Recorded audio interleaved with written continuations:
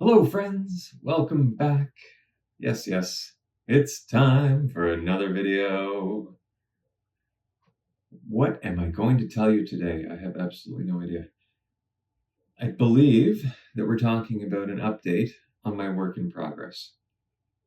This is my palate cleanser that I introduced last week to you. We're currently sitting at 30-something. 33,500 words. It's been going a lot more slowly than any of my other projects ever have, but I don't have a clear direction on this. It's been going in a lot of different directions. Let's say directions multiple times. Draft 2, I'll take that out. This project starts off in third omniscient. It goes into first present. Within it, the characters are writing books, and those are in all sorts of different POVs and tenses. And at the end, there's a second person. I wrote the ending before I finished the middle bit. But there's a second person bit in the ending, and then there's a fifth person bit, which you've never heard of because I invented it. You will have heard of it, or would have heard of it, if you'd watched my POV video, which you probably haven't. Why would you? That's in there too. This is highly experimental for me. It's not that exciting, honestly, but it's experimental for me.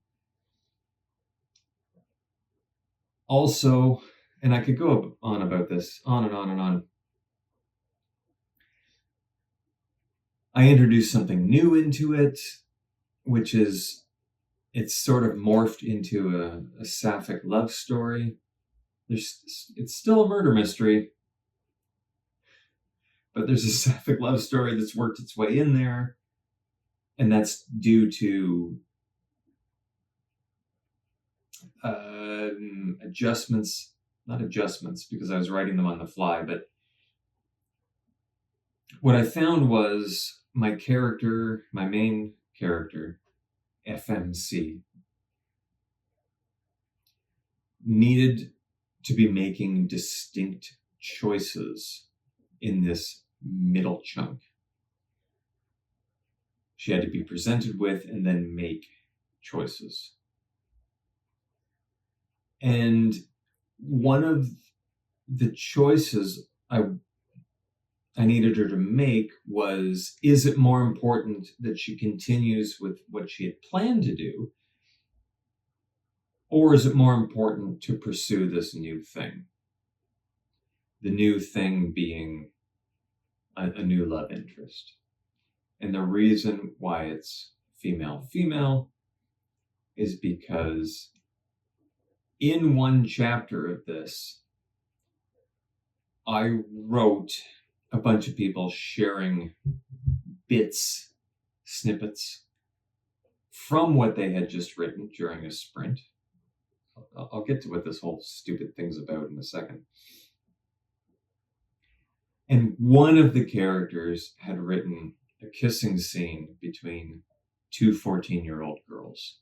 First kiss with another girl in a cabin at like a camp or something, I guess it was. And I needed my main character to reflect on this. And so I had her think about the first time she'd ever kissed a girl, just because it fit thematically, which changed the entire lens through which this was being written. And then suddenly I was writing that her and another person in this get together. And then the choice between pursuing the plan or pursuing the relationship now involves this actual person physically there in the moment. What's this book about? Well, I didn't want to tell anyone because you'll all hate me. In fact, we'll probably never speak again after I tell you this. Dramatic? Accurate. This is called The Writing Retreat. That is the name of this project.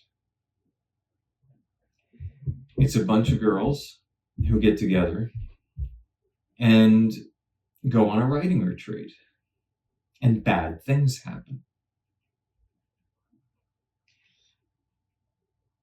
And you have to figure out why these bad things happen.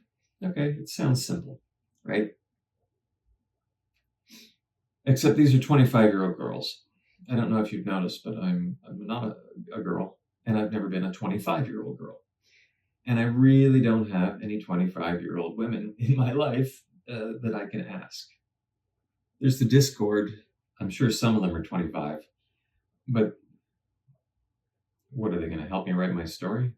Probably not. You know, everybody has things to do. But what I do have, and this is where you'll hate me, I do have thousands and thousands of hours of video on YouTube where women who write go on writing retreats. So I'm able to get the language they use, terminology for certain things, how they react to certain situations, the general vibe, when they laugh, when they don't. And I've worked it into this. Now, none of what I've written is based on a specific person. What I did was I had a Word document open, and I'd be watching a writing retreat video, and I just go between a bunch of them. And I just write down terminology that I wouldn't normally use in my books. Turns of phrase, you know, things people say. It anonymizes it. So then when I went to write, I would just look at this list of like 25-year-old girl stuff that they say. And I would work a little bit in as long as it was contextually accurate to whatever they're talking about in the moment. And there's a lot about writing. It's a bit meta. We don't actually talk to the audience, like the reader, but it's a bit meta. And there's a lot about AuthorTube stuff in there. The act of creating videos and what an absolute pain in the ass it is. And how it provides nothing in return. There's a lot in there. And I can speak for myself, although I'm not actually trying to achieve anything. The main character is trying to achieve something with her channel.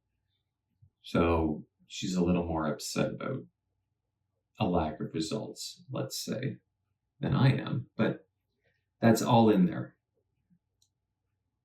The reason why I think people will hate me is because if you read this, if you're on AuthorTube, any one of you could read this and think, that's me. Not a single character in here is you, because it's an amalgamation. And again, the anonymized, I don't even know if I'm pronouncing that right. Words separated in such a way that makes it anonymous. I think it's anonymized. They're all just generic holders of this information. And they're doing things that other AuthorTubers do, but they're not actual people. You can't point to one and say, oh, that's blah, blah, blah, blah. You know, I'm not even going to name anyone because tough. It's not supposed to be anyone. Now, besides the characters, as I just said, like being generic or whatever the hell I said, they do come into their own. They all get other personality characteristics, aspects, whatever. And those are mostly based on me.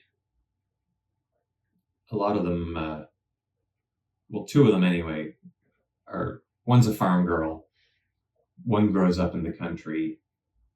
The house that they're doing the writing retreat in is my house from my childhood. I'm a bit of a farm boy, actually, and grew up in the country. So there's that. One comes from Toronto, that's where I lived as well after. And another one comes from London, Ontario, which is like a small Toronto. It's a small city, but it's a large city, but it's not Toronto. And that's my equivalent of Mississauga, where I also happen to have lived for a bit. So all of these 5 characters are actually me. And then there's a male character who's not me at all. I know that seems fascinating. You think I'd choose to be the male character, but I'm not. The male character is based off of something else entirely, and I'm not going to tell you what, because no, I do not feel like being sued. Different guy entirely. Anyway, so we're 33 and a bit K into this. I imagine that this will keep going till about 50 or 60. It's going slow. It's going a little bit slow because I'm thinking more than I usually do. Murder mysteries are normally really easy, but this, because there's so many tenses and the story is being retold a few times, and I'm having to remember back and figure out what needs to change in each version of it, it gets a little bit complicated. I may even add a future version after the events of the story, just for shits and giggles, and to bulk it up a little bit. But I don't know. I haven't decided yet. And also, sorry, I meant to mention one of the more important things. Every single day, I feel like deleting this.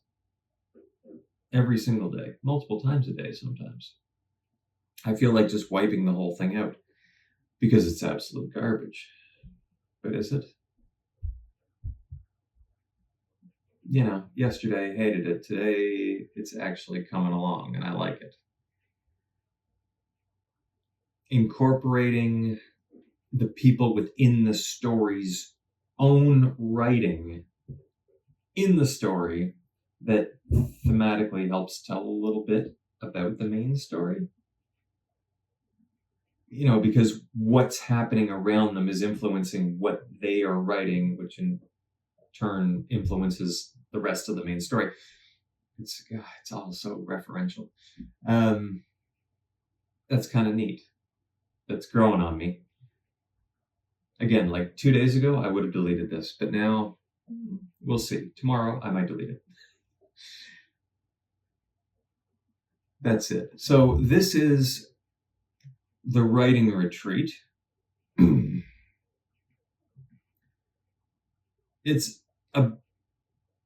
I don't want to say it's a bit like Groundhog Day because it's not. It's not like you wake up and it's not actually like that. But because of the retellings in different ways, it's a little odd. And all the different POVs, it's a little odd. Anyway, I don't want to waste your time making you listen to me, whinge on about this. I'll keep writing it for another, week. We'll see. A couple days, it might be all it takes. But again, I'm slowing down a bit. So it might take another week to actually finish this off. And then I'll revise it and I'll stow it. I've got another critique partner book that I got in the other day. I'll take that on board and read through that. Looking forward to it. That'll be awesome. As I said, I think book 0 is going to be a week from now or something. Well, probably 2 weeks because she'll start it a week from now and then a week after that. Anyway, so we're just doing this for fun. Am I having fun? Every other day I am. Yes. Every other day I am not. It's just the way of things. Keep on writing, and I'll see you next time.